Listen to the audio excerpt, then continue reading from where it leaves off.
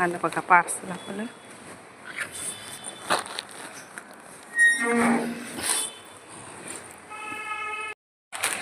Parcel आलं आपलं बघा. चला तुम्हाला दाखवते काय आलं.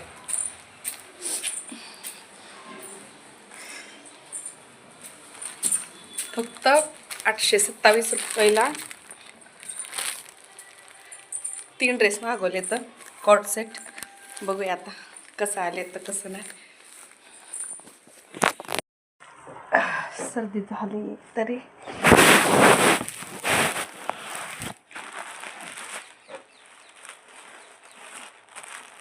कॉटनचा आहेत म्हणून मागवले तर बरं का.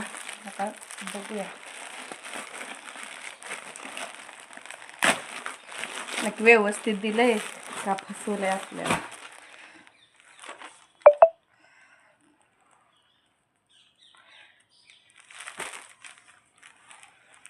चिट्टी पण दिली आहे बघा.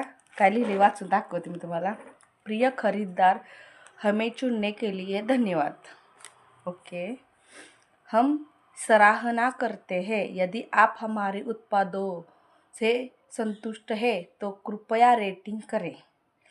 इससे हमें सुधार करने और बढ़ने में मदद मिलेगी. कृपया आपसे अनुरोध है कि हमें 5 स्टार रेटिंग दें तो हम आपको 50 रुपीज़ कैशबैक ऑफर कर सकते हैं. धन्यवाद. थँक्यू. Visit again. आता चांगलं क्लॉथ आलं तरच आपण करणार ना त्यासने 5 स्टार.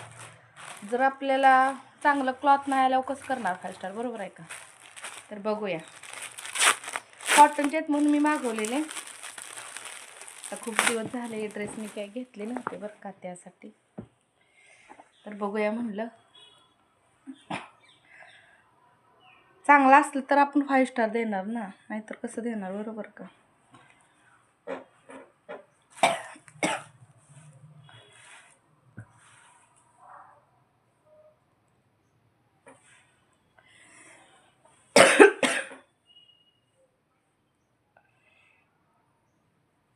बघते हो पॅन्ट चांगली का.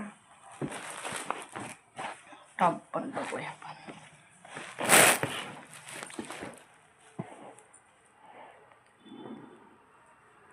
हा एक आहे कलर.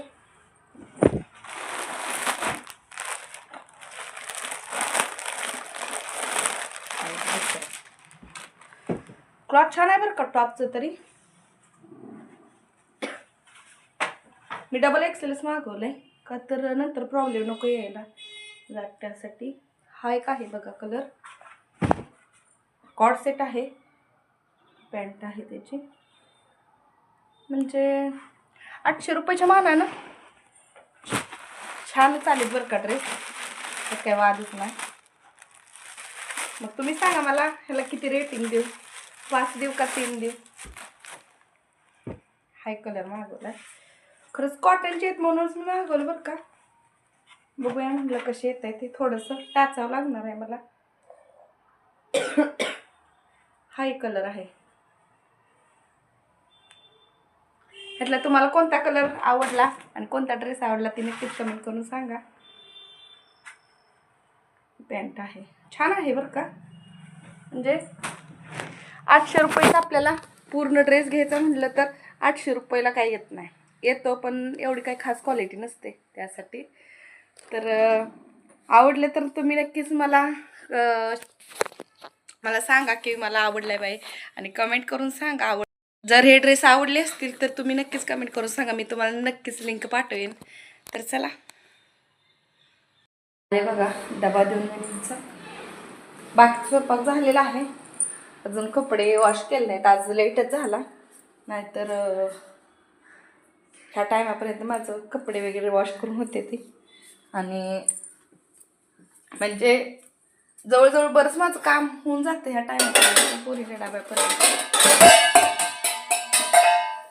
तुमच्यापासून पण असं होतं का काय आहे. माझ्यापासून एखादी तर भांडं पडतच असतंय. भांडी वगैरे वॉश करून गेलती डबा देण्यासाठी. किचन अजून आवरलं नाही का तर मला अजून किचन अजून बघा अजून आवरलं नाही, पुसून काढलं नाही का तर मला अजून खिचडी बनवायची आहे. अजून मग खिचडी बनवली का अजून खाली वगैरे सांडतं त्यासाठी.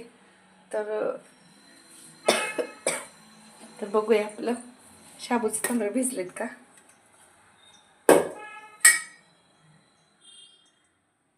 तांदूळ तर भिजलेत. तर आता करायला घ्यायचं आहे त्या अगोदर मी जे आपली शिळी म्हणजे रात्रीची शिल्लक वगैरे राहिलेली आहे चपाती, जे आपलं रात्रीचं जे शिल्लक होतं ते म्हटलं खाली गाईला वगैरे देऊन येऊया.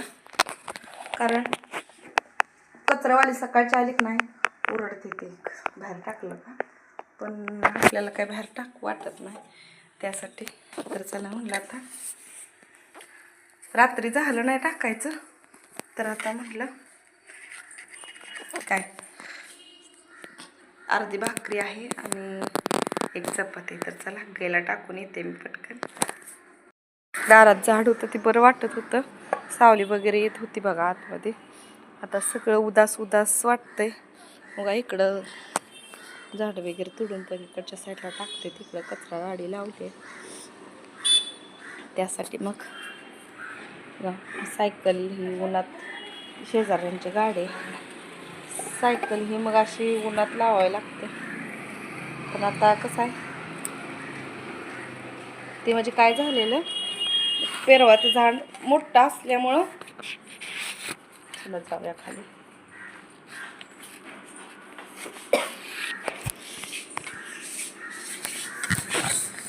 झाड मोठं असल्यामुळं पूर्ण असं खाली फरशीतून आत म्हणजे कोबा होता ना खाली, मग ते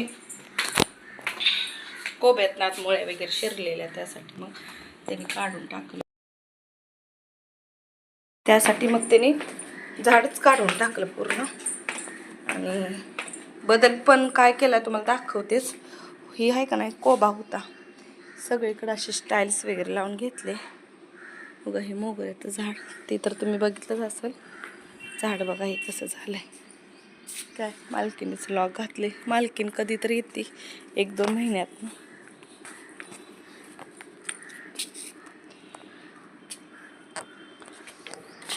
उदास उदास वाटतंय. चल बाय.